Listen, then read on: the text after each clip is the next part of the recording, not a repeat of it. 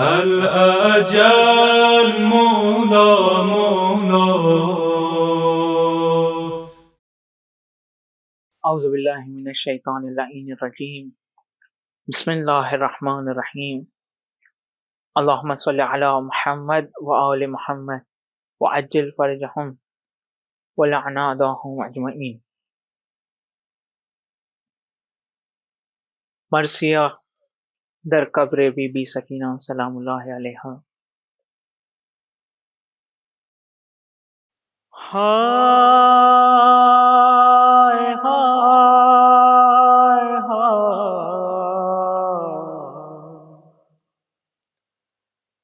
زندہ سے جب رہا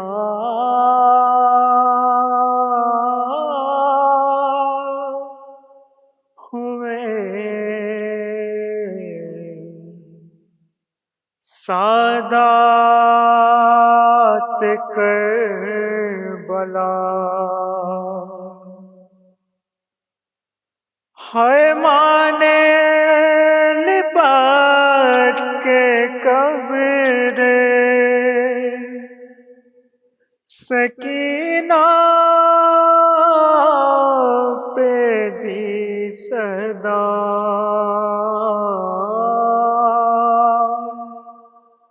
اٹھو سکینہ چلے کربلا، اٹھو سکینہ چلے کربلا. چھوٹی سی تربت پیمانے کہاں، اٹھو سکینہ چلے کربلا.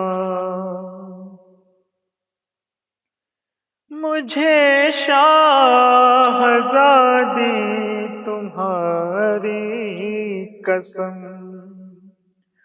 نہ رکھوں گی زندہ کے باہر قدم.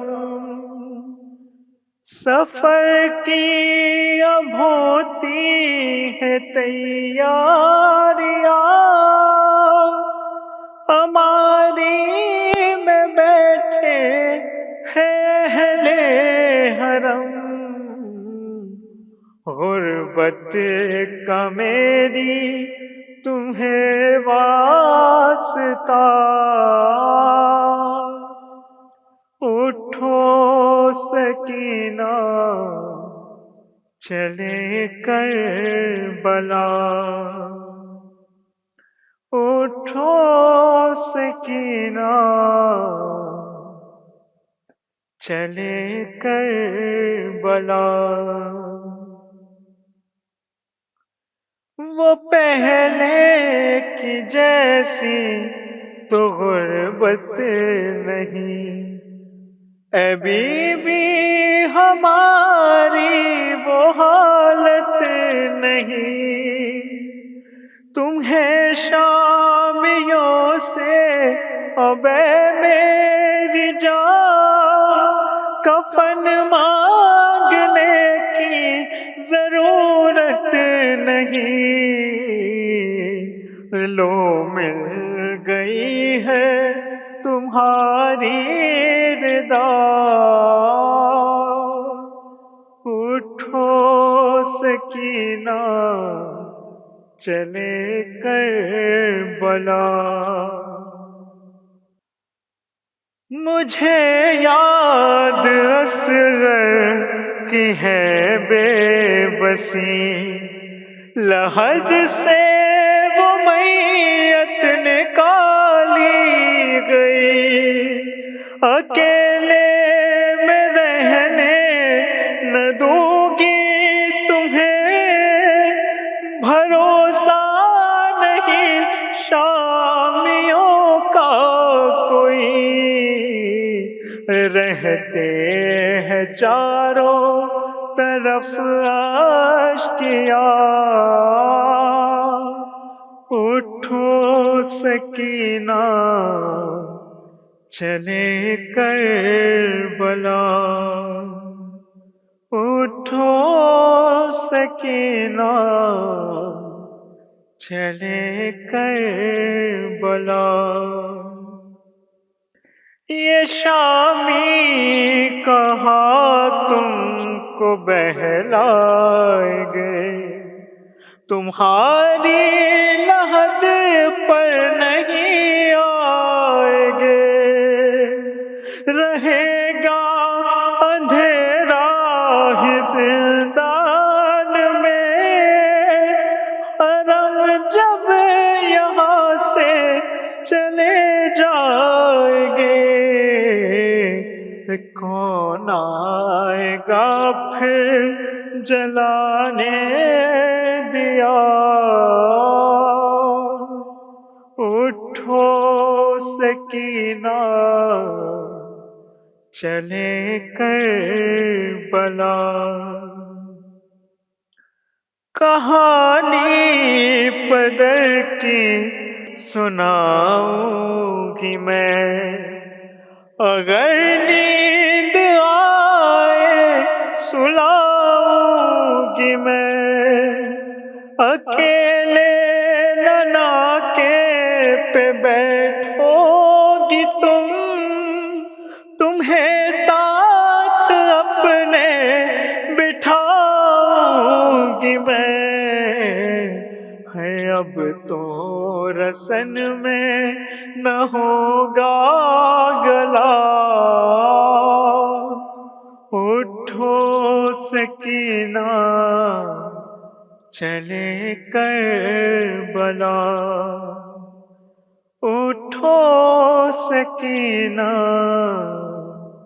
چلے کربلا۔ مجھے مار ڈالے گا بس یہ غم، کمر میں ہے بیٹی تمہاری جو خم، ورم بازوؤں کا مجھے یاد ہے، تمہیں تو دکھائی بھی دیتا ہے کم، اکبر سے بھی ملے گی شفا، اٹھو سکینہ چلے کربلا، اٹھو سکینہ چلے کربلا۔ بڑی دیر ٹھہری ہے دربار میں، یہاں پر نہ روکو زیادہ انہیں، کہ پہلو پہ ایک ہاتھ رکھے ہوئے صدا دے رہی ہے سکینہ تمہیں، لینے کو آئی ہے خود سیدہ، اٹھو سکینہ چلے کربلا، اٹھو سکینہ چلے کربلا۔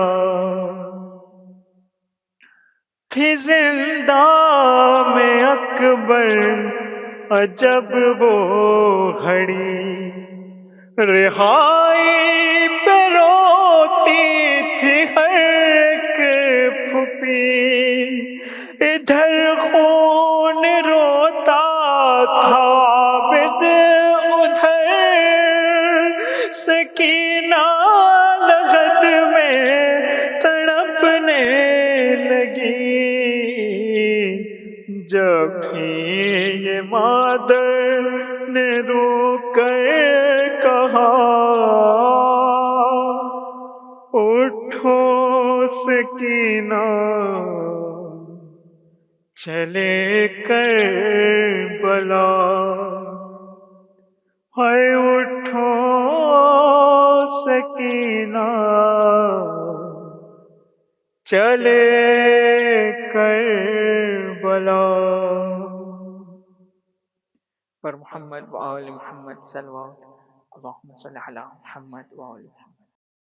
لا حول ولا قوة الا باللہ العلی العظیم۔ اعوذ باللہ من الشیطان الرجیم، بسم اللہ الرحمن الرحیم۔ الحمد للہ رب العالمین، وصلی اللہ علی محمد وآلہ الطیبین الطاہرین، ولعنۃ اللہ علی اعدائہم اجمعین من یومنا ھذا الی قیام یوم الدین۔ رب اشرح لی صدری ویسر لی امری واحلل عقدۃ من لسانی یفقہوا قولی۔ اما بعد فقد قال سبحانہ تبارک و تعالی فی کتابہ المجید وفرقانہ الحمید وقولہ الحق۔ بسم اللہ الرحمن الرحیم۔ یا ایھا الذین آمنوا اتقوا اللہ وابتغوا الیہ الوسیلہ وجاہدوا فی سبیلہ لعلکم تفلحون۔ عزیزان محترم، ہمارے سلسلے مجالس کی آج یہ چوتھی مجلس ہے کہ جس میں وسیلے کے عنوان سے گفتگو ہو رہی ہے، کہ جس کی دلیل کے طور پر پہلی یہ آیت جس کو ہم نے سرنامہ بیان قرار دیا ہے سورہ مائدہ کی آیت نمبر 35 ہے، کہ جس میں خداوند عالم ایمان والوں سے یہ کہہ رہا ہے کہ اے ایمان والو، تقوی الہی اختیار کرو اور اس کی بارگاہ میں وسیلہ پیش کرو، وابتغوا الیہ الوسیلہ وجاہدوا فی سبیلہ لعلکم تفلحون۔ تو گفتگو ہماری اس وسیلے کے سلسلے میں چل رہی تھی کہ اللہ نے وسیلے کا حکم دیا ہے کہ ہم کو اس کی بارگاہ میں وسیلہ پیش کرنا ہے، اور گفتگو یہاں تک پہنچی کہ وسیلہ بھی جس کو اللہ نے بنایا ہے اسی کو ہم وسیلہ بنا سکتے ہیں۔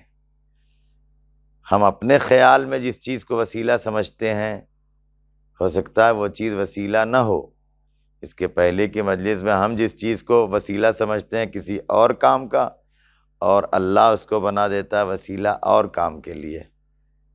جیسے کہ مثال ہم نے دی پچھلی مجلس میں کہ کنویں کو وسیلہ بنایا جناب یوسف کے بھائیوں نے، جناب یوسف کے قتل کا، اللہ نے اسی کو ترقی کا وسیلہ بنا دیا۔ تو اب بارگاہ الہی میں پہنچنے کا وسیلہ کیا ہے، مسئلہ یہاں ہے۔ یہ تو گفتگو اس کی تھی کہ وسیلہ کس چیز کا کیا ہے، وہ ہر چیز کا وسیلہ وہ بھی ایسا نہیں ہے۔ بعض اوقات لوگ جو اسباب پر نظر رکھتے ہیں اور یہ سوچتے ہیں کہ اللہ نے دنیا اسباب پر بنا دی ہے، تو صرف سبب پر نظر رہتی ہے ان کی، اور سبب بنانے والے کو چھوڑ دیتے ہیں۔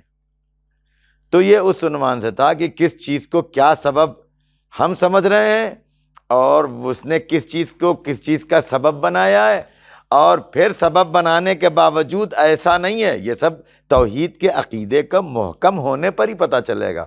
جن لوگوں کا توحید کا عقیدہ صرف اللہ ایک ہے تک ہے، ان کو یہ سب باتیں سمجھ میں نہیں آئیں گی۔ اس کے لیے بہت غور و فکر کرنے کی ضرورت ہے کہ اس نے جس چیز کو وسیلہ بنایا ہے، ایسا نہیں ہے کہ جو بنا دیا اس نے، تو بعض لوگوں کا عقیدہ یہی ہے کہ بنا دیا اب ہو گیا اسی وسیلے سے، اسی لیے وسیلے پر زیادہ ان کو توجہ ہوتی ہے اور سبب پر زیادہ ان کی توجہ ہوتی ہے، مسبب الاسباب کو بھول جاتے ہیں۔ اسی لیے جب جس چیز کو اس نے سبب بنایا ہے وہی چیز سبب بن سکتی ہے اس کے برعکس جو ہم سمجھ رہے ہیں۔ اس کے لیے بہت سی چیزوں کا دخل ہوتا ہے۔ اللہ نے امام کو بنایا ہے وسیلہ انسان کو اللہ تک پہنچنے اور جنت تک پہنچنے کا ہے، اور ہو سکتا ہے کہ یہی امام، بہت غور سے سنیں، ایک دم گڑبڑائیے گا نہیں آدھے پر سے، بعض لوگ آدھے پر سے گڑبڑا جاتے ہیں۔ امام ہی سبب بن جاتے ہیں، وسیلہ بن جاتے ہیں انسان کے اللہ سے دور ہونے اور جہنم میں جانے کا۔ توجہ فرما رہے ہیں آپ؟ جس چیز کو، اب یہ کس بنیاد پر ہے؟ اللہ نے امام کو وسیلہ کس لیے بنایا ہے؟ اللہ نے امام کو وسیلہ بنایا معرفت کا، اس تک پہنچنے کا، قرب الہی کا، لعلکم تفلحون، فلاح پانے کا انسان کے۔ لیکن ایسا نہیں کہ انسان کو مجبور کر دیا ہے، انسان کو اللہ نے اختیار دیا ہے، مانے اتباع کرے تب یہ اس منزل پر پہنچے گا، نہیں مانے گا۔ اسی لیے ہمارے عقائد کی بحث میں گفتگو ہوتی ہے جبر کی اور تفویض کی۔ جبر اور تفویض کے درمیان کا معاملہ ہے یہ۔ اسی لیے چھٹے امام علیہ السلام کی حدیث ایک، لا جبر ولا تفویض، نہ ٹوٹل جبر ہے۔ جبر کا مطلب ہے کل اللہ، جو کچھ بھی کر رہے ہیں ہم سب دے دے نسبت کدھر کہ اللہ کر رہا ہے، لہذا اب ہم نے جو گناہ کیا ہماری کیا غلطی ہے، اللہ نے کروایا، اچھا کام کیا اللہ نے کروایا، برا کام کیا اللہ نے کروایا، یہ جبر ہو گیا۔ اور اب ہم نے کیا کیا کہ نہیں، یہ عقیدہ بہت سے لوگ عملی طور پر یہی عقیدہ رکھتے ہیں، یہ تو بہانے بازی والی ہے، جبر والی، کہ جب پھنستے ہیں تو کہتے ہیں میں کیا کروں، اللہ کا نہیں چاہتا تو نہیں ہوتا۔ لیکن عام طور سے تفویض کے نظریے پر چلتے ہیں کہ اب تو ہے، ہم جو چاہیں کر سکتے ہیں، یہی ہوتا ہے، ہم جو چاہیں کر سکتے ہیں، ایسا کریں گے تو ایسا ہوگا، ویسا کریں گے تو ویسا ہوگا۔ لیکن آخر میں کیا ہوتا ہے، چلتے ہیں کرنے ویسا، لیکن ویسا ہو نہیں پاتا ہے، ایسا ہوتا نہیں ہوتا۔ اسی لیے تو مولا کی حدیث ہے، عرفت ربی بفسق العزائم، میں نے اپنے پروردگار کو اپنے ارادوں کے ٹوٹ جانے سے پہچانا ہے۔ چاہتے بہت کچھ ہم ہیں کرنا، لیکن وہ نہیں ہوتا۔ جس دن یہ عقیدہ ہمارا ہو، تو اس لیے وسیلہ بنانے کا مطلب بھی یہ نہیں ہے کہ اللہ کی چھٹی ہو گئی، ایسا نہیں ہے کہ اللہ سے کوئی وسیلہ یا جس چیز کو ہم وسیلہ اور ذریعہ سمجھ رہے ہیں وہ اللہ سے ہٹ کر کے ہے، نہیں، بلکہ وہ اللہ کا ہی بنایا ہوا وسیلہ ہے، اور اللہ جب چاہے اس وسیلے کو جس طرح سے اس نے بنایا ہے ہم کو ویسے ہی استعمال کرنا ہے۔ اب یہ اس میں صرف اس نے بنایا کس لیے، مثال ہم جو دے رہے تھے آپ کو، اس نے بنایا امام کو وسیلہ ہماری معرفت کے لیے، اللہ تک پہنچنے کے لیے، جنت میں جانے کے لیے، نعمتیں دینے کے لیے امام وسیلہ ہے۔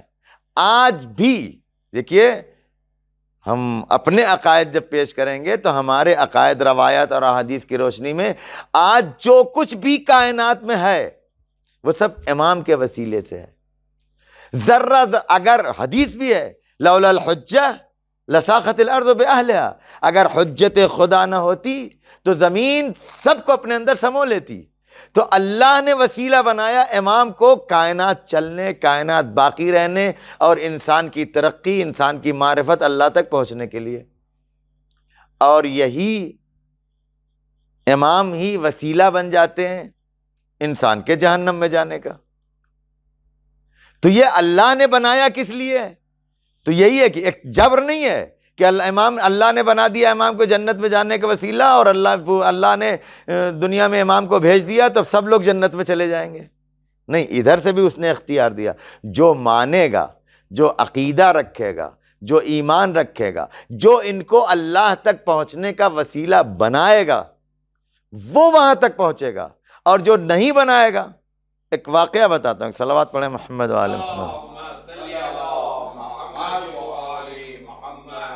کچھ لوگ آئے پیغمبر کے پاس اور کہنے لگے کہ آپ معجزہ دکھائیں گے تب ہم ایمان لے آئیں گے آپ کے اوپر۔ تو جو فرما رہے ہیں آپ، معجزہ دکھائیں گے تب ہم ایمان لے آئیں گے۔ پیغمبر نے کہا ایمان لے آؤ، اللہ کو ایک مانو، کیونکہ پیغمبر کو اللہ نے رحمت للعالمین بنایا۔ معجزہ دکھانا 2 منٹ کا کام ہے، پیغمبر کو اللہ نے اختیار دیا ہے معجزہ دکھانے کا، لیکن پیغمبر نہیں دکھا رہے ہیں۔ کیوں نہیں دکھا رہے ہیں؟ اس لیے کہ ہم کو ہدایت کے لیے بھیجا۔ ابھی اگر بغیر معجزہ دیکھے یہ ایمان نہیں لائیں گے تو ان کا گناہ کم ہوگا، اور اگر یہ معجزہ دیکھنے کے بعد بھی ایمان نہیں لے آئیں گے تو ان کے جرم بڑھ جائے گا۔ تو وہی پیغمبر جو ان کی ہدایت کا اور ان کے جو ہے مغفرت کا ذریعہ ہے، اگر وہ سب دیکھنے کے بعد نہیں مان رہے ہیں تو وہی پیغمبر کا معجزہ ان کے جہنم میں جانے کا سبب بن جائے گا۔ اور ہوا بھی ویسے ہی، بات آ گئی تو پیغمبر نے بہت منع کیا کہ ویسے ہی ایمان لے آؤ۔ یعنی آپ یہ اس لیے میں نے عرض کر دیا کہ یہ ذہن میں آئے پیغمبر معجزہ دکھا دیتے فوراً، پیغمبر رحمت للعالمین، اسی لیے اور اتمام حجت بھی کرنا ہے۔ اب یہ اپنی طرف سے اصرار کر رہے ہیں نہیں ہم ایمان لے آئیں گے، پیغمبر کو معلوم ہے کہ نہیں لانے والے، اس لیے پیغمبر جو ہے رحمت للعالمین ہے کہ کم بخت نہ لائیں گے ایمان تو بھی عذاب کم ہی ہوگا، معجزہ دیکھنے کے بعد اگر نہیں لے آئے تو عذاب بڑھ جائے گا نا۔ اب سنیے پھر اصرار، نہیں آپ دکھائیں گے تو ہم لے آئیں گے، آپ دکھائیں گے تو ہم لے آئیں گے۔ تو جب زیادہ اصرار بڑھا تو پیغمبر نے کہا ٹھیک ہے کیا معجزہ دکھانا ہے؟ کہا کہ یہ درخت کلمہ پڑھے تب ہم ایمان لے آئیں گے۔ پیغمبر نے حکم دیا، درخت سے کلمے کی آواز آ گئی، ایمان لے آئے؟ نہیں لے آئے۔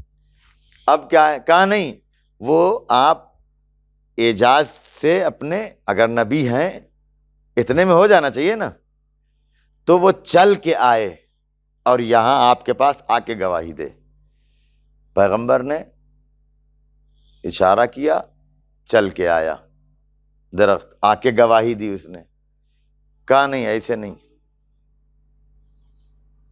کہا کہ یہ پھر آدھا یہاں رہے آدھا وہاں جائے۔ چلیے حکم ہوا، آدھا یہاں رہا آدھا وہاں چلا گیا۔ پھر کہا ایسے نہیں، یہ پھر وہاں جا کے ایسے مل جائے جیسے کہ یہ الگ ہوا ہی نہیں تھا۔ پیغمبر نے وہ بھی حکم کر دیا، وہ بھی ہو گیا، تب بھی یہ ایمان نہیں لائے اور کہتے کیا معلوم ہے، ارے یہ تو بہت بڑے جادوگر ہیں۔ اب آپ بتائیں کہ جو پیغمبر وسیلہ نجات تھے، وسیلہ ہدایت تھے، یہ اب اتنا کرنے کے بعد اب ان کا جرم بڑھا یا کم ہوا؟ پیغمبر کے کہنے پر بھی نہ مانے، معجزہ دیکھنے کے بعد بھی نہ مانے، تو پھر یہی چیز کیا ہو گئی ان کے لیے، اور ان کے جرم میں اضافے کا سبب بن گئی، اور ان کا جرم بڑھ گیا اور سزا بڑھ گئی۔ اللہ نے جس چیز کے لیے وسیلہ بنایا ہے، لیکن ہماری جو زندگی، یہی مسئلہ یہ ہے کہ پہلے ہم اپنے عقیدے کو جو لوگوں کا عقیدہ صحیح نہیں ہے نا، جن لوگوں کا عقیدہ صحیح نہیں ہے، وہی اپنے اعتبار سے جب سمجھنے لگتے ہیں تو سمجھتے ہیں کہ معاملہ جو ہے وہ ایسا نہیں ایسا ہے۔ نہیں، آپ غور کریں کہ وہ اپنی توحید کو جب آپ صحیح رکھیں گے تو پھر کسی توحید کو پوری طرح مانیں گے۔ اگر آپ پیغمبر پر ایمان صحیح رکھیں گے تو پیغمبر کا کہنا بھی مانیں گے، لیکن اگر آپ کی توحید صحیح نہیں ہے تو ذرا سی چیز میں آپ کو مشکل پیدا ہو جائے گی اور وہاں آپ کی توحید خطرے میں پڑ جائے گی۔ لیکن جب اللہ نے جس چیز کو وسیلہ بنایا ہے، اگر اس کو آپ مانتے ہیں، اس کے ساتھ کہ اللہ کی قدرت برقرار ہے، وہ چاہے معنوی مسئلے میں ہو چاہے مادی مسئلے میں ہو۔ کھیتی آپ کرتے ہیں یا اللہ ہے؟ آپ کرتے ہیں۔ قرآن کیا کہتا ہے؟ انتم تزرعونہ ام نحن الزارعون۔ خود جنگ بدر میں جب قرآن کی آیت آئی ہے وما رمیت اذ رمیت ولکن اللہ رمی، جنگ بدر میں ہوا یہ تھا کہ پیغمبر نے مولا کائنات سے کہا کہ ذرا ایک مٹھی خاک اٹھاؤ، اٹھایا، پیغمبر نے دعا پڑھی اور دشمن کی طرف پھینک دیا۔ اب ان لوگوں کے اندر اس سنگریزوں اور خاک سے جو ہے وہ ایک عجیب سی ہیبت ان کے دلوں میں پیدا ہو گئی، تو پھینکا پیغمبر نے تھا۔ قرآن کیا کہہ رہا ہے؟ سورہ انفال میں آپ پڑھیے، غالباً 17ویں آیت ہے کہ وما رمیت اذ رمیت ولکن اللہ رمی۔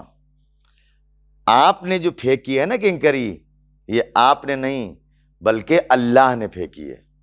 اب آپ سوچئے کہ پھینکی حقیقت کیا ہے اس میں؟ پیغمبر نے پھینکی نا کنکری، ان دونوں اس کا ذکر بھی کر رہا ہے قرآن کہ آپ نے جو کنکری پھینکی ہے، توجہ فرما رہے ہیں، آپ نے جو کنکری پھینکی ہے وہ آپ نے نہیں پھینکی ہے. ارے اس میں اس بات بھی ہے پھینکنے کا اور نفی بھی ہو رہی ہے.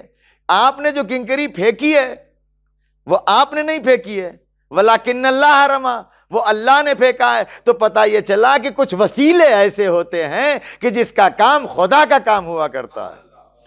صلوات پڑھیں محمد وآل محمد پر.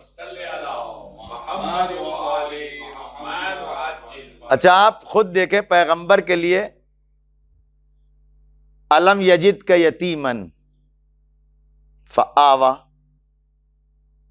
ہے نہیں، سورہ والضحیٰ میں اللہ نے پیغمبر کو جو تسلیاں دی ہیں اس میں ایک جملہ یہ ہے کہ الم یجد کا یتیمن فآوا، کیا اللہ نے آپ کو اس نے یتیم پایا، یتیم نہیں پایا، یتیم پانے کے بعد آپ کو پناہ نہیں دی؟ تو پناہ کس نے دی تھی؟ پیغمبر کو پالا کس نے؟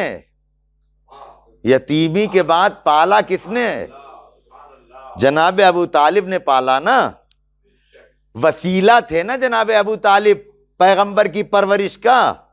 تو یہ وسیلے کا کام اللہ کا کام ہے، اس کو اللہ اپنی طرف نسبت دے کے کہہ رہا ہے کہ وسیلے کو ہم سے الگ مت کرو. جس کو ہم نے وسیلہ بنایا ہے، وہ وسیلے کے ذریعے جو کام ہو رہا ہے وہ ہمارے ماں باپ ہم کو پالتے ہیں، وہ وسیلہ ہیں. آپ دعا میں کیا کہتے ہیں؟ رب ارحمہما کما ربیانی صغیرہ، پڑھتے ہیں نہیں پڑھتے؟ کون رب ہے بھائی دعا میں؟ ربے کا کیا مطلب ہے؟ مجھے پالنے والے. یہ کون ہے کہ یا ربے ہے نا؟ قرآن کی جو آیت ہے رب ارحم، میرے پالنے والے، رب یعنی میرے پالنے والے، ارحمہما ان دونوں کے اوپر رحم کر،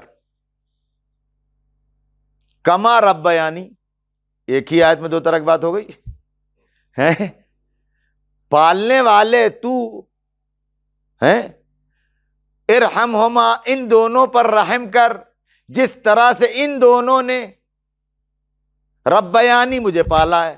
انہوں نے پالا کہ اس نے پالا؟ ہی بتاؤ ہیں؟ والدین نے پالا ہے یا اس نے پالا ہے؟ حقیقی پالنے والا وہ ہے، والدین ہماری پرورش کا وسیلہ ہیں. لیکن پالنے کی نسبت اس کو بھی دی گئی، پالنے کی نسبت ان کو بھی دی گئی. وہ بھی پالنے والا کہا گیا، یہ بھی پالنے والے کہے گئے، ہے نہیں؟ اسی آیت میں دیکھیے، ربے مجھے میرے پالنے والے، وہ خالق معبود مراد ہے. ارحمہما. اچھا آپ یہ بتائیے، آپ کی روز مرہ کی زندگی میں مثال دیتا ہوں کہ ہمارے یہاں دروازہ بند تھا، مثال ہے، کھلا تھا، اسے اگر بند تھا اور سر نے کہا کہ ارے تو بند ہے، پھر جلدی سے وہ آپ کے جو نگران کار صاحب ہیں وہ چابی لے کر کے آئے اور انہوں نے اس چابی سے تالا کھول دیا. اب بتائیے کہ تالا کھلا کس نے کھولا؟ چابی نے. چابی نے تالا کھول دیا نا، یا آپ کے جو نگران کار ہیں انہوں نے تالا کھولا، یا اللہ نے تالا کھولا؟ یہ اگر ہم تالا کھولنے کی بات کہہ رہے ہیں، چابی نے تالا کھولا، صحیح ہے غلط ہے؟ چابی نے تالا کھولا ہے. وہ چابی گھمانے والے نے تالا کھولا، وہ بھی صحیح ہے غلط ہے؟ صحیح ہے. اللہ نے کھولا، وہ بھی صحیح ہے. یہی بات تو ہے وسیلے میں، کہ ہم جب مانگتے ہیں وسیلے سے یا جس کو وسیلہ بناتے ہیں تو اللہ سے ہٹ کے نہیں، وہ سلسلے وار ہے. اگر اللہ قدرت نہ دے تو کوئی کچھ نہیں کر سکتا ہے. تو جس کو وسیلہ بنایا ہے اللہ نے، ہم جو اہل بیت سے مانگتے ہیں، اہل بیت کی بارگاہ میں جو ہم اہل بیت کو جو بارگاہ الہی میں وسیلہ بنا کے پیش کرتے ہیں، یا خود ڈائریکٹ اہل بیت علیہ السلام سے جو ہم مانگتے ہیں، تو یہ سمجھ کے تھوڑی مانگتے ہیں کہ ان کی ایک حکومت الگ ہے، اللہ کی ایک حکومت الگ ہے، ان کی ایک قدرت الگ ہے، ان کی ایک قدرت الگ ہے. نہیں، ان کے پاس جو کچھ بھی ہے وہ اللہ کا دیا ہوا ہے، جہاں سے بھی آ رہا ہے وہ سب اللہ کی طرف سے. تو ہم ان سے مانگ لیں تب بھی وہی بات ہے، اللہ سے مانگ لیں تب بھی وہی بات ہے، ان کا وسیلہ کہہ کر کے بارگاہ الہی ان کو پیش کر کے مانگ لیں وہی بات ہے، آنا یہیں سے ہے. صلوات پڑھیں محمد وآل محمد.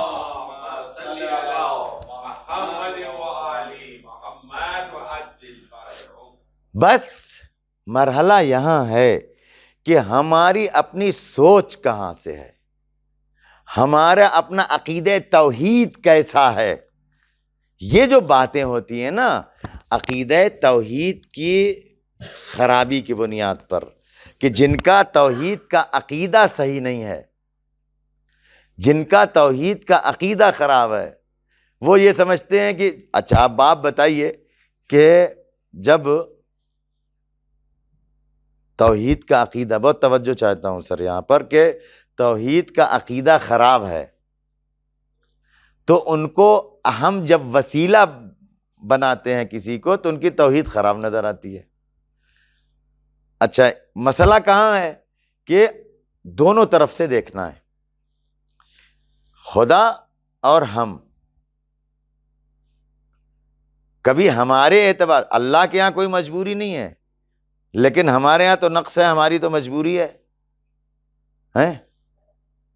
ہم یہ سمجھتے ہیں ہم مادی ہیں، بالخصوص ہمارا جسم مادی ہے. اگر ہم کو کچھ لینا ہے تو ہم کو کوئی جگہ چاہیے، کوئی ہاتھ چاہیے. اگر ہم کو کچھ سننا ہے تو ادھر سے آواز چاہیے، آواز کے لیے ہم سوچتے ہیں کہ زبان چاہیے، بولنے والا چاہیے.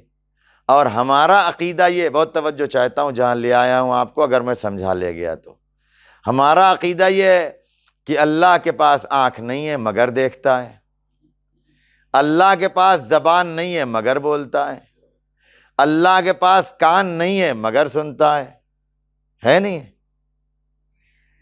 اللہ کے پاس جسم و جسمانیات سے مبرہ ہے.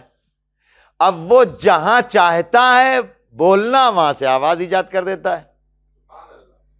جناب موسیٰ طور پر جاتے تھے، درخت سے آواز آتی تھی، درخت وسیلہ بنتا تھا اللہ کی آواز ان تک پہنچانے کا. درخت خدا تو نہیں تھا نا.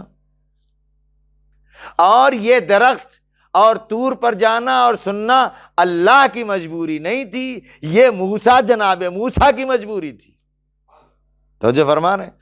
تو اب جو لوگ اللہ کے آنکھ بھی سمجھتے ہیں، کان بھی سمجھتے ہیں، زبان بھی سمجھتے ہیں، ہاتھ بھی سمجھتے ہیں، جن لوگوں کا عقیدہ یہ ہے کہ جب قیامت کے دن جنت اور جہنم تقسیم ہونے لگے گا اور جہنم کا پیٹ نہیں بھرے گا، نعوذ باللہ، اب اس کو نقل کیوں کروں، آپ لوگ سنا ہوا ہے آپ کا، اور حل من مزید کی آواز آئے گی. تو اب جب وہ کسی ہاتھ سے ملتا ہوا دیکھتے ہیں تو یا تو اس کو خدا مان لیتے ہیں، ارے دونوں طرف ہم ہیں آگا، ہم دونوں، یا تو جس ہاتھ سے ملتا ہوا دکھ رہا ہے اس کو خدا مان لیتے ہیں، یا تو ہم کو کسی کے ہاتھ سے مانگتے ہوئے جو ہے مشرک سمجھ لیتے ہیں. کیوں؟ اس لیے کہ انہوں نے یہ سمجھا ہے کہ اللہ کے کچھ جسم جسمانیات ہے، اب یہ تو دوسرے ہاتھ سے مل رہا ہے، یہ تو اللہ ہے نہیں. تو انہوں نے کہا یہ شرک ہو گیا. اب انہوں نے چونکہ کہا کہ ملتا تو ہم کو یہیں سے ہے، دوسری پارٹی آئی، انہوں نے کہا یہی خدا ہے. ارے ہم دونوں طرف کو آپ جھیل رہے ہیں. نہیں، ایک وہ ہے کہ جس وسیلے سے مل رہا ہے اس وسیلے کو شرک سمجھ رہا ہے، ایک وہ ہے جو اس وسیلے کو ہی خدا سمجھ رہا ہے، اور اس کے دونوں کے توحید کے عقیدے کی خرابی کی بنیاد پر ہے. اگر ادھر والا یہ سمجھ لیتا کہ اللہ جسم و جسمانیات نہیں رکھتا ہے تو جو بھی ہم کو جس طرح سے بھی آ رہا ہے، جس جگہ سے بھی آ رہا ہے، جس جسم سے بھی آ رہا ہے، اس کو اللہ نے وسیلہ بنایا ہے، جیسے ہمیں اس دنیا میں آنے کے لیے اللہ نے والدین کو وسیلہ بنایا ہے. اسی طرح سے ہمارے ہر چیز کے لیے، ہماری مجبوری کے لیے اللہ نے اگر وسیلہ بنایا ہے، لہذا اللہ کا فیض پوری کائنات پر پہنچنے کے لیے، اس کے لیے اللہ نے 14 معصومین علیہ السلام کو وسیلہ بنایا، اور ہماری گفتگو، ہماری دعا وہاں تک پہنچنے کے لیے بھی اللہ نے ان کو وسیلہ بنایا۔ اسی لیے آپ اب دوسروں کی بات کم کریں گے انشاءاللہ، ایک ہی تقریر بچی ہے، اس کے بعد اپنی بات زیادہ کریں گے اب آخر میں، کہ اب کہاں تک دوسروں کو سمجھائیں گے، ان کو نہیں سمجھ میں آتا ہے، لیکن ہم کو تو سمجھ میں آتا ہے۔ کیوں؟ اس لیے کہ اہل بیت علیہ السلام کی تعلیمات میں یہی ہے۔ آپ دیکھیے انہی کے وسیلے سے آپ حدیث قصہ پڑھتے ہیں، اللہ نے ان کے ہی طفیل میں سب کچھ خلق کیا ہے، یہ تو مشہور حدیث ہے نا، اور دوسری حدیثیں تو چھوڑ دیجئے۔ آپ دعائے نطبہ پڑھتے ہیں امام کے بارے میں، این باب اللہ الذی منہ یؤتی، وہ دروازہ کہاں ہے جہاں سے عطا ہوتا، جہاں سے اللہ دیتا ہے۔ تو یہ تو ہمارا عقیدہ ہے نا، ہمارے پاس مفاتیح میں دعائے توسل پڑھتے ہیں آپ، 14 معصومین علیہ السلام کو وسیلہ بنایا جاتا ہے۔ آپ غور کریں کہ اتنا وسیلہ بنانے کے باوجود ہمارے یہاں کتنی احتیاط کی گئی، تعلیم پر غور کریں کہ جب ان کو وسیلہ قرار دیں تو پھر جب ان کو وسیلہ قرار دیتے ہیں تو اللہ کی یاد اور بڑھ جاتی ہے۔ ارے آپ اعمال دیکھیں جہاں جہاں بھی ہیں، کہ آپ سب سے اہم ہماری دعا قبول ہونے کا وسیلہ جو ہے، سب سے بڑا امام حسین علیہ السلام کا حرم ہے۔ دعا ان کے قبے کے تحت مستجاب ہوتی ہے، حدیثیں پڑھی ہوئی ہیں، لیکن جب آپ امام حسین علیہ السلام کی زیارت کو جانے کے آداب دیکھیے تو شروع ہوتا ہے ہر عمل قربتاً اللہ، قربتاً اللہ، قربتاً اللہ، ہے نہیں ہے؟ غور فرمایا آپ نے؟ سب سے بڑا وسیلہ امام وقت ہے آپ کی خدمت میں۔ کبھی گئے ہیں آپ لوگ؟ انشاءاللہ اللہ سب کو زیارت نصیب فرمائے۔ جمکران، وہاں جو ہے جگہ امام سے توسل کے لیے مخصوص ہے، جہاں ماشاءاللہ سے دعائیں لوگوں کی قبول بھی ہوتی ہیں، اور خود امام کی نماز پڑھی ہے نا۔ ان کو وسیلہ بنانے کے وقت جو نماز امام زمان علیہ السلام ہے اس میں پڑھا نہیں پڑھا ہے، 100 مرتبہ پڑھنا ہے سورہ الحمد میں۔ کیا؟ سورہ الحمد میں 100 مرتبہ پڑھنا ہے، ایاک نعبد و ایاک نستعین، ایاک نعبد و ایاک نستعین، ایاک نعبد و ایاک نستعین۔ کیا مطلب ہے؟ میں صرف تیری عبادت کرتا ہوں، صرف تجھی سے مدد چاہتا ہوں، صرف تیری عبادت کرتا ہوں، صرف تجھی سے مدد چاہتا ہوں۔ سب سے بڑا امام وقت ہمارا وسیلہ ہے، اور جب اس کے وسیلے کے لیے ہم حاجت کی نماز پڑھتے ہیں، امام زمان سے جو نماز ہے، اس نماز میں 100 مرتبہ ایاک نعبد و ایاک نستعین کی تکرار اس بات کی دلیل ہے کہ ہم اسی سے مدد مانگتے ہیں، اسی کی عبادت کرتے ہیں۔ یہ ہمارے لیے ایک وسیلہ ہے جن کو اللہ نے قرار دیا۔ ایک صلوات پڑھیں محمد و آل محمد۔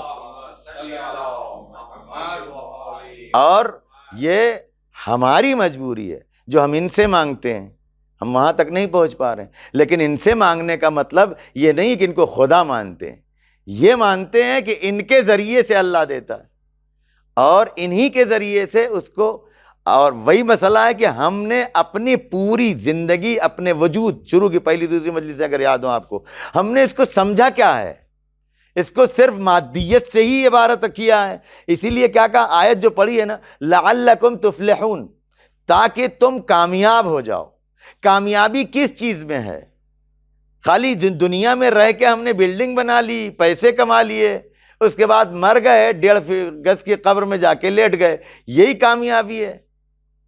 اگر ہم یہی سوچ رہے ہیں تب تو پھر ٹھیک ہے کہ جو چاہے کریں، چاہے نہ کریں، چاہے شرک کریں، چاہے توحید کریں، چاہے جو مانے چاہے نہ مانے۔ لیکن اگر ہم یہ دیکھ رہے ہیں کہ ہماری ترقی ہے اس دنیا میں آ کر کے، ہم کو کہیں بلند مرتبے پر پہنچنا ہے، تو یہ بلند مرتبہ کب ہم کو حاصل ہوگا؟ جب ہم اپنے پروردگار سے قریب ہوں گے، اور پروردگار سے قریب ہونے کے لیے ہمارے پاس وسیلہ کیا ہے؟ وَابْتَغُوا إِلَيْهِ الْوَسِيلَةَ۔ ہاں، دنیا میں ہم کو مگر کمال یہی ہے کہ ہم دنیاوی چیزوں کے لیے تو وسیلے کے قائل ہیں جو ہمارا وقتی ٹھکانہ ہے، جس کا کچھ ہر چیز دنیا کی جو بھی ہے، کل من علیہا فان، سب ختم ہو جانے والی ہے. یہاں کے لیے کوئی بھی کام بغیر وسیلے کے ہم نہیں کر رہے ہیں. جب جانے ہم کہ آپ بیٹھے بیٹھے ہر جگہ پہنچ جائیے، نہ گاڑی استعمال کیجیے، نہ جہاز استعمال کیجیے، نہ ٹرین استعمال کیجیے، کچھ نہیں، پہنچ گئے. ہر کام کے لیے دنیا کے لیے آپ ان مادی چیزوں کے لیے آپ نے جو ہے وسیلہ اختیار کیا. اللہ تک پہنچنے کے لیے کوئی وسیلہ نہیں ہے، اللہ نے بنایا وسیلہ.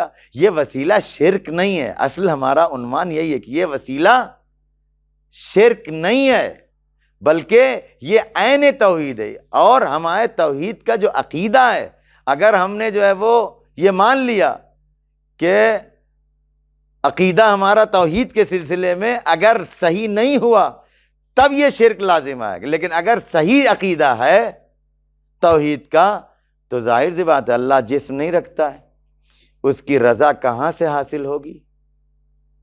یہ ہم کو معلوم کرنے کے لیے ان ہستیوں کے پاس پہنچنا پڑے گا کہ جہاں جانے سے ہم کو پتہ چل جائے کہ ہاں اللہ راضی ہوا یا نہیں ہوا. اللہ کو آپ دیکھ نہیں سکتے، اللہ جسم و جسمانیات نہیں رکھتا، اللہ راضی بھی ہوتا ہے، ناراض بھی ہوتا ہے. اہل بیت علیہ السلام پیغمبر، ابھی کہا نا جو دی میں نے جو آپ کو آیت پیش کی سورہ انفال کی، کہ کچھ ایسی ہستیاں ہیں کہ جن کے عمل کو اللہ نے اپنا عمل کہا ہے. اگر کنکریاں پھینکنا، ان کا پھینکنا اللہ کا پھینکنا ہے تو پھر ان کا راضی ہونا اللہ کا راضی ہونا ہے. سمجھ رہے ہیں؟ تو اس سے یہ طے ہے کہ یہ خوش. اسی لیے ہر جگہ آپ دیکھیں من یطع اللہ ورسولہ، جو اللہ اور اس کے رسول کی اطاعت کرے. بھائی اللہ کی اطاعت کرو نا بھائی، بس ختم ہوگی بات. کائے کو شرک کر رہے ہو؟ نہیں، توحید یہی ہے، توحید یہی ہے. اور اسی چیز کو سمجھانے کے لیے، اسی چیز کو سمجھانے کے لیے 8ویں امام علیہ السلام کی وہ حدیث، سلسلۃ الذہب حدیث، آج کے ایسے ہی لوگوں کا کہ جو وسیلے کو شرک سمجھتے ہیں، وہ منظر آپ خالی یاد کر لیجئے. وقت ختم ہو رہا ہے اس لیے پورے ڈیٹیل میں خالی اشارہ کرنا، کیونکہ حدیث مشہور ہے سلسلۃ الذہب حدیث کی. جب جو ہے وہ 4000 سے زیادہ لوگ قلم و کاغذ لیے انتظار میں تھے کہ امام کچھ فرما دیں تو ہم اس کو نوٹ کر لیں. امام نے محمل سے سر نکال کے کیا کہا؟ حدیث قدسی پورا سلسلہ بیان کر کے، کلمۃ لا الہ الا اللہ حسنی. یہ کب کی بات ہے؟ کوئی نئے مسلمان نہیں ہے یہ لوگ، 8ویں امام کے زمانے کی بات ہے. تقریباً 200 سال ہو رہے ہیں ان لوگوں کو کلمہ پڑھ کے. دوسرے خلیفہ کے زمانے میں یہ لوگ مسلمان کلمہ پڑھے ہیں، ایران خراسان والے لوگ وہی زمانہ ہے تقریباً پیغمبر. اور 8ویں امام علیہ السلام کے زمانے میں امام آ کے کیا کہہ رہے ہیں؟ لوگ انتظار میں ہیں کہ فرزند پیغمبر کچھ ارشاد فرما دیں. کیا؟ کلمۃ لا الہ الا اللہ حسنی فمن دخل حسنی امن من عذابی. اب ظاہر سی بات ہے کہ 200 سال سے جو قوم کلمہ توحید پڑھ رہی ہے، اس کو اتنے انتظار کے بعد جب یہ پوچھا کچھ فرما دیں جو فرزند پیغمبر ارشاد فرمائے، ہمارے لیے ایک جملہ جو ہے ہماری سعادت کے لیے کافی ہو جائے گا. بیان جو کیا تو وہی بیان کیا جو ہم 200 سال سے پڑھتے آ رہے ہیں. تو اب یہ فطری بات ہے کہ سوال بڑھے گا ذہن میں. سوال بڑھنے کا مطلب یہ ہوا کہ یہ کون سی نئی بات ہوئی. اسی لیے آپ حدیث کے پورا سلسلہ دیکھیں جیسے بیان کیا امام نے یہ بیان کر دیا، تھوڑی دیر کے بعد پھر محمل سے سر نکالا. یہ اس انسان کے اندر کے جذبے کو ابھارا ہے کہ نیا کیا ہوا اس میں. تو شاید امام یہ بتانا چاہ رہے تھے کہ خالی اہل بیت کو چھوڑ کے یا وسیلے کو چھوڑ کے توحید مانو گے تو صحیح موحد نہیں ہوگے. اسی لیے کہا کہ لیکن بشرطہا و شروطہا و انا من شروطہا. مطلب یہ ہے کہ اہل بیت کا وسیلہ جو اللہ نے بنایا ہے یہی جو ہے اس کے شروط توحید میں سے ہیں. اگر آپ ان کو چھوڑ کر کے جائیں گے تو آپ موحد نہیں بنیں گے. اور ہر زمانے میں سب سے بڑا وسیلہ اور بہترین وسیلہ بارگاہ الہی میں آپ کے وقت کا امام ہے. اور میں نے عرض کیا آپ کی خدمت، ہمارے پاس ہر وقت یہ شوق ہر انسان میں ہوتا نا کہ کاش ہمارا امام ہمارے سامنے ہو، ہم امام کا دیدار کر لیتے. لیکن آیت اللہ العظمیٰ آغا بہجت کا یہ جملہ ہے، امام کو دیکھنا یہ کوئی کمال نہیں ہے، امام کو دیکھ لینا یہ تو ہمارے عشق کا تقاضا ہے، لیکن امام کو دیکھنا یہ کوئی کمال نہیں ہے، امام کی معرفت کمال ہے. اور اس پر انہوں نے جو جملہ کہا ہے آپ غور فرمائیں، امام وقت کو تو شمر بھی دیکھ رہا تھا،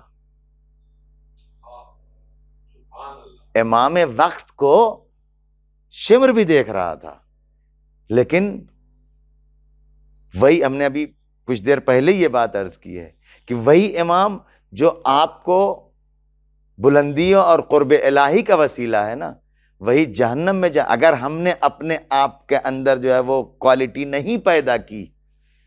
کربلا میں حبیب ابن مظاہر نے بھی دیکھا امام حسین علیہ السلام کو، شمر نے بھی دیکھا، لیکن حبیب ابن مظاہر کس منزل پر پہنچے اور شمر ہمیشہ کے لیے لعنتی اور دوزخی ہو گیا. کس بنیاد پر؟ اپنی کوالٹی کی بنیاد پر. وہ کوالٹی جو حبیب ابن مظاہر میں تھی وہ امام کی خدمت میں پہنچنے کے بعد معراج کی منزل پر پہنچ گئی، اور وہ کوالٹی جو شمر میں تھی وہ امام کے مقابل میں آنے کے بعد درک اسفل میں پہنچ گئی ہے. لہٰذا مین چیز امام کو دیکھنا نہیں ہے، بلکہ ہم کو کوالٹی اپنے اندر وہ پیدا کرنا ہے کہ جب ہم امام کی خدمت میں حاضر ہوں یا امام سے توسل کریں، امام سے جب ملیں تو ہم اس طرف جائیں جس کے لیے اللہ نے امام کو بنایا ہے، امام کو قرار دیا ہے. اللہ نے امام کو انسانوں کی ترقی کے لیے قرار دیا. لہٰذا آپ یہ غور فرمائیں کہ جو چیز امام سے مل جاتی ہے وہ اللہ سے کتنی قریب ہو جاتی ہے، اور جو چیز دور ہو جاتی ہے امام سے وہ جہنم کے کتنے آخری درجے تک پہنچ جاتی ہے. خود کربلا اس بات کی گواہ ہے کہ جو لوگ امام حسین علیہ السلام کے ساتھ رہے ان کی منزل جانتے ہیں آپ کیا ہے؟ ایک جملہ بس عرض کروں گا، وقت ختم ہو گیا ہے، کہ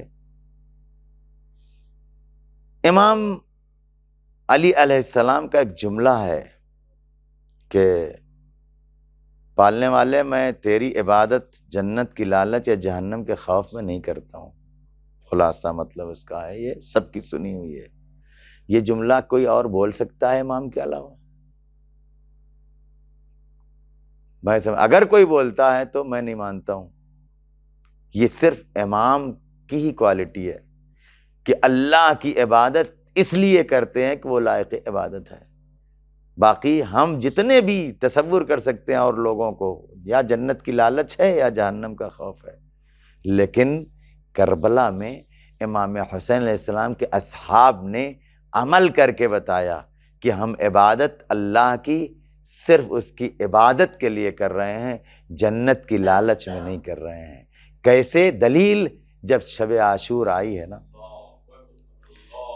تو امام حسین علیہ السلام نے تمام اصحاب کو ان کے جنت میں مقامات دکھا دیے تھے، اور وہ جنت میں مقامات جب دیکھ لیے سب نے تو اب پھر شب عاشور جو اصحاب امام حسین کے خیموں سے تسبیح و تحلیل کی ایسے آوازیں آ رہی تھیں جیسے شہد کے مکھی کے چھتے سے ان کی آواز آتی ہے. یہ عبادت کس لیے تھی؟ جب جنت امام کے ہاتھوں دیکھ چکے ہیں اپنا مقام جنت میں، تو اب یہ وہ کوالٹی ہے کہ جو امام کے در پر آنے کی بنیاد پر ہے کہ اب یہ شب عاشور وہ عبادت ہو رہی ہے جس کو گارنٹی کے ساتھ یہ کہا جا سکتا ہے کہ نہ یہ جنت کی لالچ میں ہو رہی ہے نہ جہنم کے خوف میں ہو رہی ہے. یہ در حسین سے وابستگی کا اثر یہ ہے کہ انہوں نے وہ معرفت حاصل کر لی ہے کہ صرف اللہ کی عبادت کے لیے اللہ کی عبادت ہو رہی ہے. لہذا عزیزان محترم، کربلا میں جب اللہ کی معرفت کے ساتھ لوگ اصحاب امام حسین علیہ السلام آئے ہیں تو کسی نے ان کے پائے استقامت میں لغزش نہیں پائی ہے ایک لمحے کے لیے بھی. جو بھی اصحاب، اسی لیے تو امام حسین علیہ السلام نے کہا کہ جیسے اصحاب مجھے ملے ہیں ویسے نہ بابا کو ملے، نہ نانا کو ملے، نہ بھائی حسن کو ملے۔ اور کیوں؟ اس لیے کہ کربلا میں جو اصحاب امام حسین علیہ السلام تھے وہ چن چن کے لائے گئے تھے۔ عزیزان محترم، ایک مجلس میں کسی نہ کسی صحابی کا بھی تذکرہ ضروری ہے اس عنوان سے، مگر آپ دیکھیں کہ امام حسین علیہ السلام نے کس طرح سے اپنے صحابیوں کو چنا ہے، ایک سے بڑھ کر کے ایک ہیں۔ خاص کر اس میں جو تذکرہ ہوتا ہے جناب حبیب ابن مظاہر کا، کہ جن کو کربلا پہنچنے کے بعد امام حسین علیہ السلام نے خط لکھ کر کے بلایا ہے، خط لکھ کر کے بلایا ہے۔ اور وہ بھی کب؟ جب جناب زینب نے بھائی سے یہ کہا کہ بھیا لشکر، دشمن کے لشکر پہ لشکر آ رہے ہیں، ان کے سپاہیوں میں اضافہ ہو رہا ہے، آپ کا کوئی ہمدرد، آپ کا کوئی مددگار نہیں آ رہا ہے۔ تو بہن کی تسلی کے لیے امام نے جو خط لکھا حبیب ابن مظاہر کو، اور حبیب ابن مظاہر کوفے سے جو عالم تھا، وہ تاریخ جب پڑھیں گے تو اندازہ ہوگا کہ کتنے اعتماد کے ساتھ امام حسین علیہ السلام نے خط لکھا ہے، اور اسی اعتماد کے ساتھ خط کے ملتے ہی فوراً جو ہے جناب حبیب ابن مظاہر کوفے کے اس پراشوب ماحول سے کیسے نکل کر کے کربلا پہنچے ہیں۔ اور کربلا جب پہنچے ہیں تو امام حسین علیہ السلام کی فوج میں خوشی کی لہر دوڑ گئی ہے حبیب ابن مظاہر کے آنے سے۔ اور جب یہ خوشی کی لہر دوڑی ہے، ایک خوشی کا ماحول بنا ہے، اور یہ خبر خیمے میں پہنچی ہے، جناب زینب نے جناب فضہ سے کہا آخر یہ شور کس بات کا ہے، یہ خوشی کس بات کی منائی جا رہی ہے۔ جناب فضہ نے آ کر کے دیکھا تو جناب فضہ نے جا کر کے خبر دی کہ شہزادی مبارک ہو۔ کہا کیا ہوا؟ آپ کے بھائی حسین کا بچپن کا دوست حبیب ابن مظاہر آئے ہیں۔ عزیزو، حبیب ابن مظاہر کے آنے سے زینب کے دل کو ایسی ٹھنڈک ملی تھی کہ بی بی نے جناب فضہ سے کہا فضہ جا کے حبیب ابن مظاہر کو میرا سلام کہہ دو۔ عزیزان محترم، جیسے ہی فضہ نے آ کر کے حبیب ابن مظاہر سے کہا کہ شہزادی نے آپ کو سلام کہا ہے، حبیب مقام پہچانتے تھے، زمین کربلا پر بیٹھ گئے، خاک کربلا سر پر ڈالنا شروع کیا۔ ارے میری کیا حیثیت ہے، میرا کیا مقام ہے جو شہزادی مجھے سلام کہہ رہی ہے؟ میں کہوں گا حبیب، ابھی آپ کو اتنا ہی معلوم ہے کہ شہزادی نے یہاں آپ کے آنے پر خوشی محسوس کر کے آپ کو سلام کہا ہے، اور آپ کو شہزادی کی عظمت کا اندازہ ہے، لیکن حسین کی شہادت کے بعد اسی کربلا سے زینب کے بازوؤں میں رسن باندھی جائے گی، اور زینب کو اسی تمہارے کوفے میں، جہاں زینب شہزادی بن کے رہتی تھی، جہاں کے معرفت رکھنے والے حبیب کو اتنی تکلیف ہوئی کہ ارے شہزادی نے مجھے سلام کہا ہے، زینب کو اسی کوفے میں دیار بدیار پھرایا جا رہا ہوگا، اور منادی ندا دے رہا ہوگا یہ علی کی بیٹیاں، یہ نبی کی نواسیاں۔ وَسَيَعْلَمُ الَّذِينَ ظَلَمُوا۔ اللهم صل على محمد وآل محمد وعجل فرجهم